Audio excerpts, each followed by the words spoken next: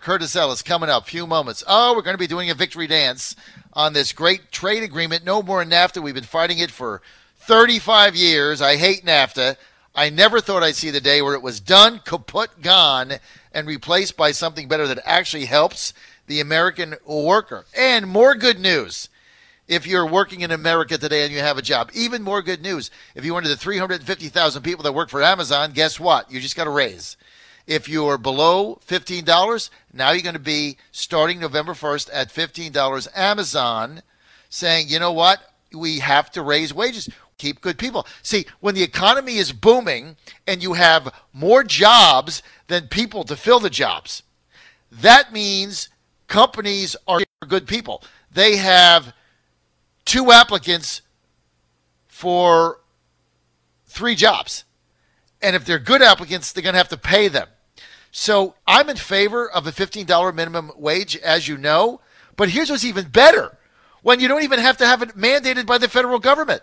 When the market, driven by Trump economics, is so vibrant that companies have to make decisions in their best interest to raise wages, to keep good people, that is a great thing. So you think of all the entry-level people that went to work for Amazon or are going to work for Amazon as the company continues to grow that just got a raise because of the Trump economy. This just didn't happen poof out of thin air. It happens because wages are rising. So now Amazon has to compete with other companies, UPS, FedEx, whatever. They have to compete and they have to pay more. And that's what Trumponomics is. And that's how the rising tide lifts all boats. So wages continue to thrive. This is great news. This is an amazing thing today. And we finally got rid of NAFTA.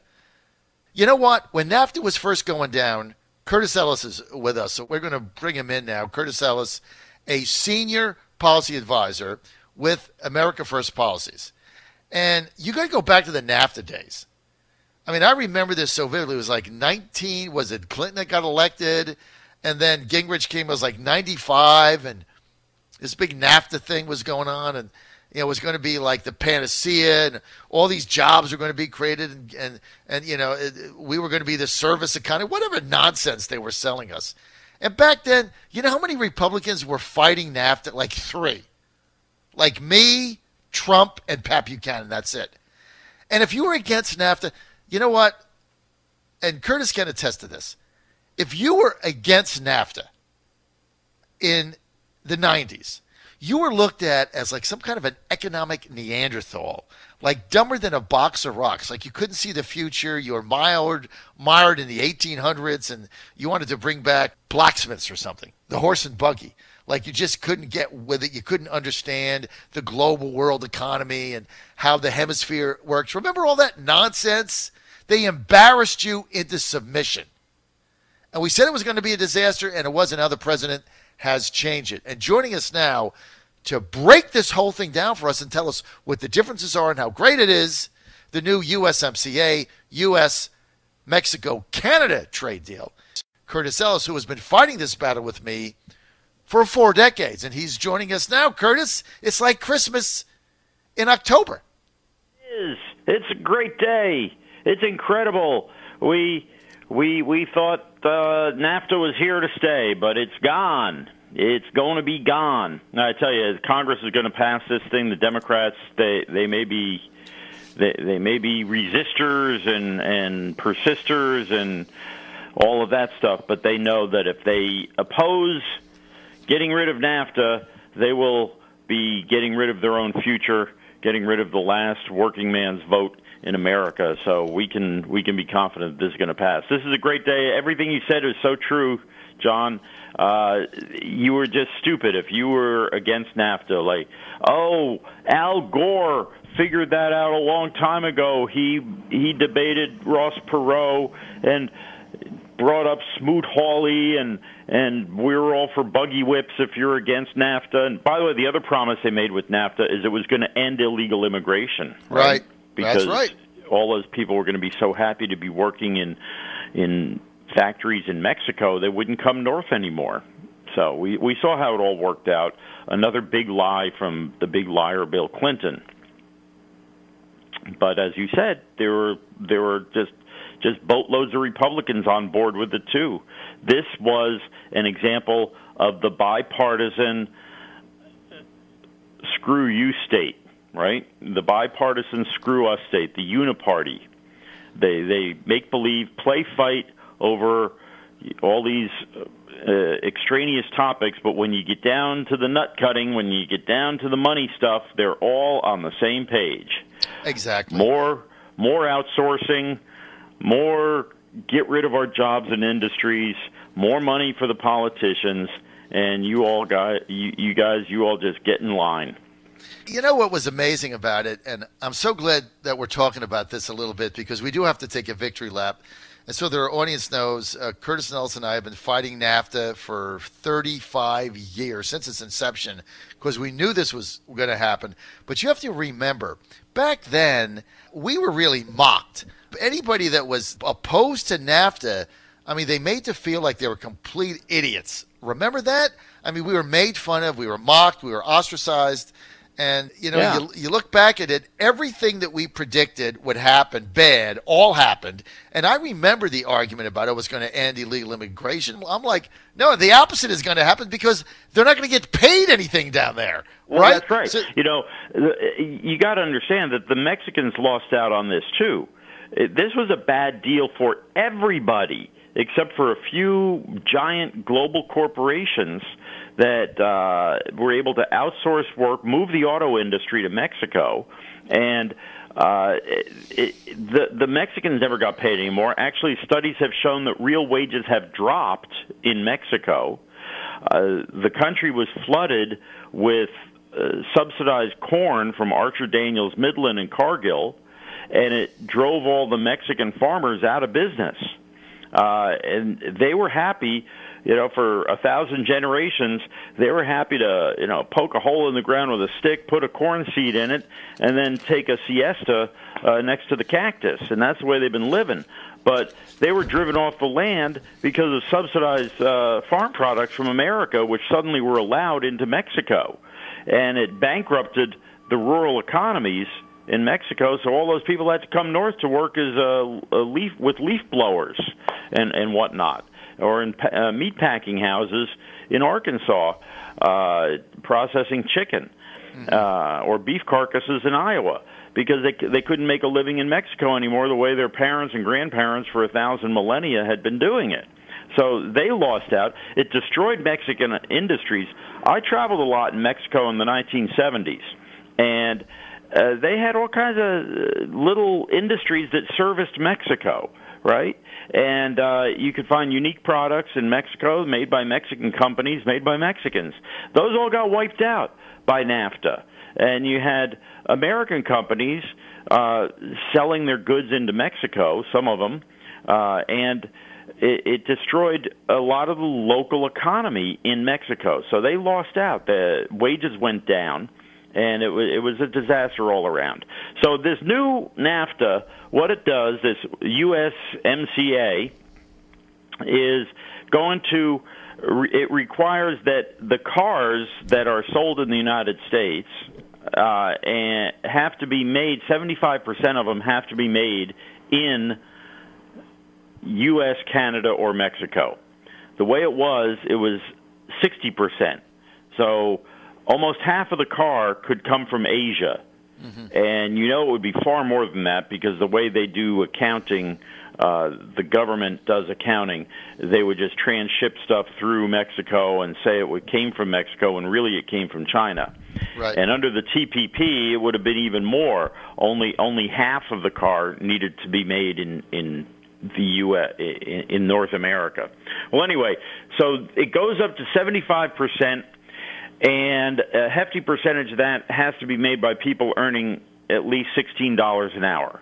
So that guarantees that more of the cars are made in the U.S. In addition, it gets reviewed every several years. We're not going to be stuck in a situation where we're stuck with a deal that was written 25 years ago, right? Before there even was an internet, before there were any kind of cell phones or computers in cars and all kinds of stuff that we have now.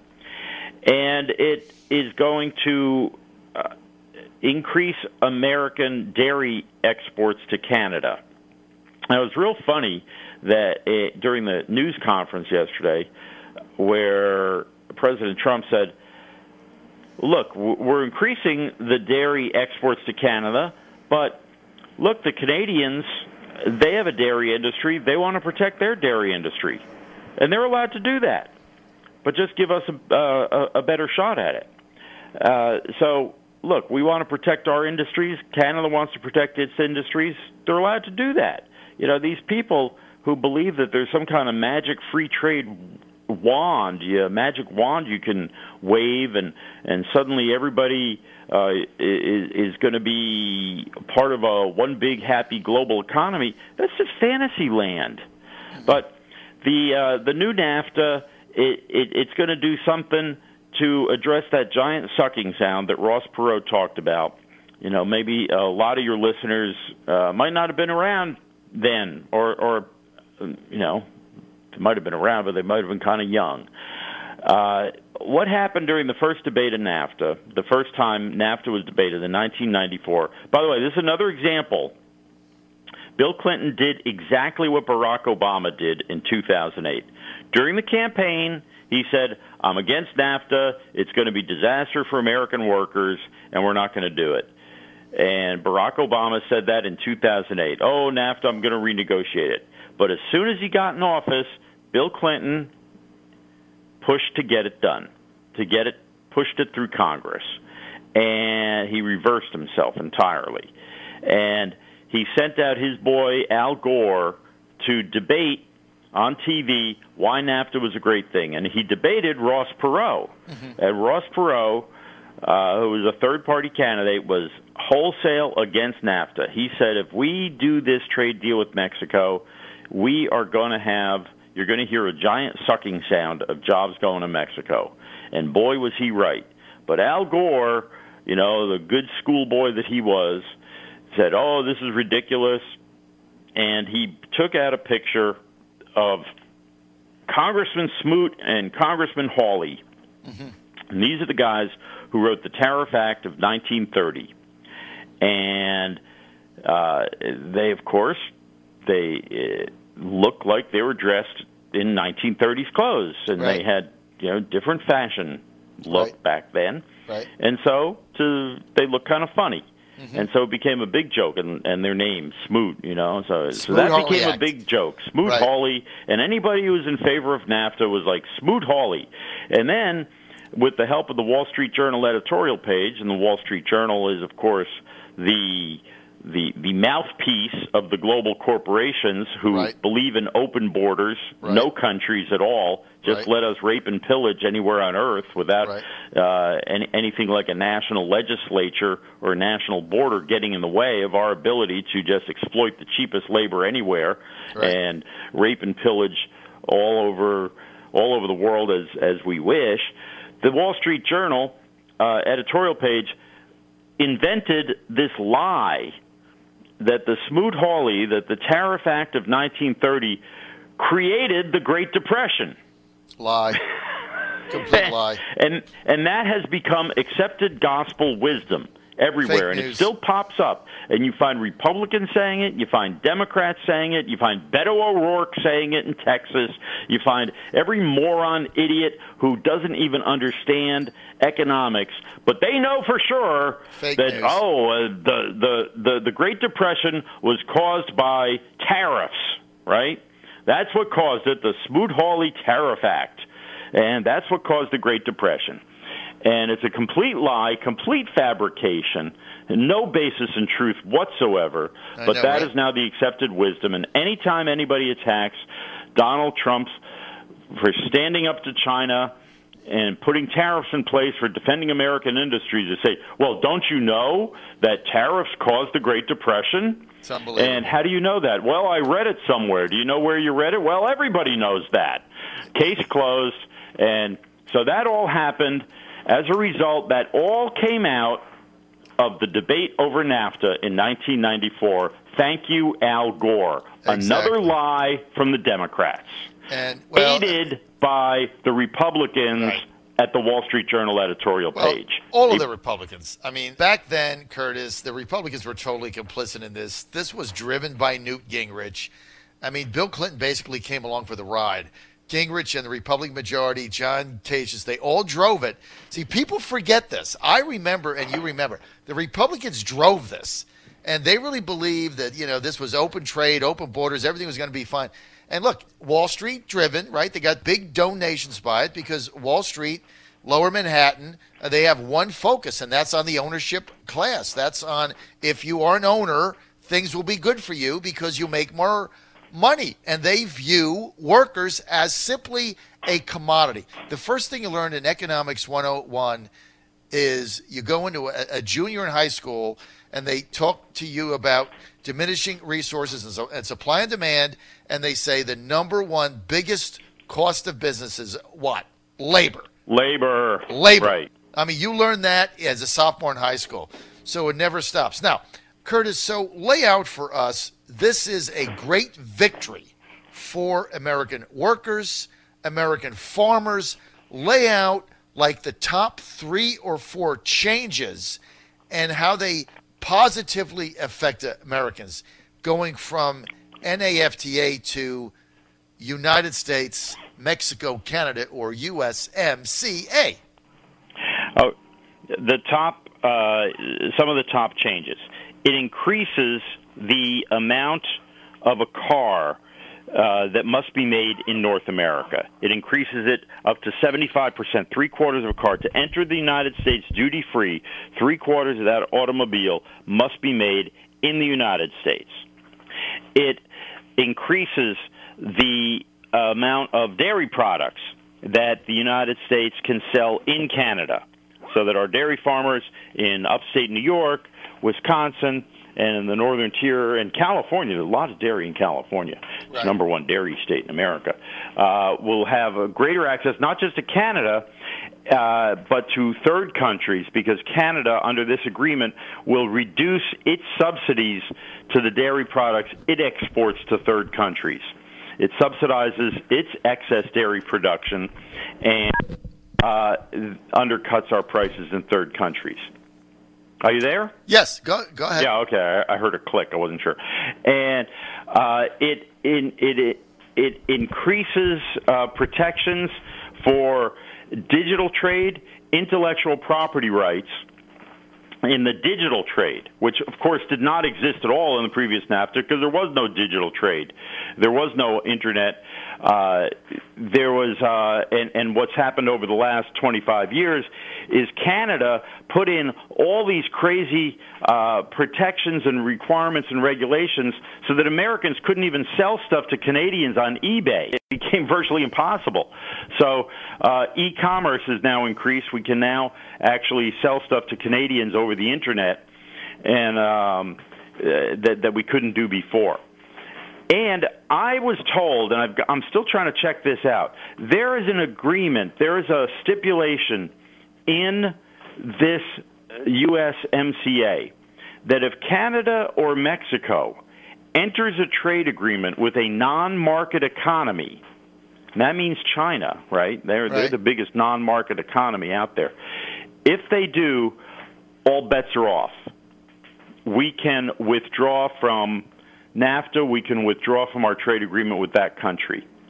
So basically what this is you can't set up, Mexico or Canada can't enter into a trade deal with China and then use NAFTA as a way to get these subsidized goods into the United States. Right. That's what was happening on NAFTA, and that was also what was going to happen on steroids if we pass TPP, which basically the Chinese, rather than shipping the goods straight to the U.S., they go to Mexico or they go to Canada and becomes part of that deal, right? So they exploit it like they exploit everything. The other huge thing about this is it's on a step back for a minute and look at the big picture. NAFTA was supposed to be the first step in the free trade area of the Americas, right? First, we bring together North America countries. Then we get CAFTA, Central America Free Trade Agreement. And the next step was going to be the free trade area of the Americas from Tierra del Fuego to the North Pole, one big, happy free trade zone. And then we saw with TPP, Trans-Pacific Partnership, we were going to bring in the other side of the Pacific as well. And see, all of these things are part of the vision, the grand vision of creating a borderless world. And I am not exaggerating. This is not some John Birch Society conspiracy talk. Right. This is the fact. The Wall Street Journal, again, they have said on the record there should be a law. They want to amend the Constitution to add this phrase, there shall be no borders. That is the dream of the globalists, of the globalist corporations, the Fortune 50, the Fortune 5 corporations. They want no borders, no nations. They don't want pesky things like Congress or the president making it difficult for them to do their thing anywhere on Earth, find cheap labor over here, find cheap minerals over there, combine them in a third place, and sell them in a fourth place. That's their vision. It's been laid out before in front of Congress. This is not a conspiracy. This New Deal recognizes that we have a country, and we are entitled to have a country, and it is a privilege for people in other countries to sell their goods in America. It is not a right, it is a privilege. We have a right to make things under our laws, labor laws, environmental laws, whatever laws that are good for the American people can decide what are the conditions and the situations for making stuff in this country, treat everybody right, treat the workers right, treat private property right, respect it all, and you can make things and do well and have a good living in this country. If you're from another country, your company is from another country, it is a privilege to be allowed to sell stuff in this country, not a right. Absolutely. Curtis, you summed it up better than anyone we could have had on. Thank you for being with us. I've only got 20 seconds, so I got to change topics and ask you for a yes or no answer. Does Brett Kavanaugh get confirmed by Saturday afternoon? Yes. Yes. Or no? Yes. Curtis says yes. I also say yes. I think he gets confirmed Saturday afternoon.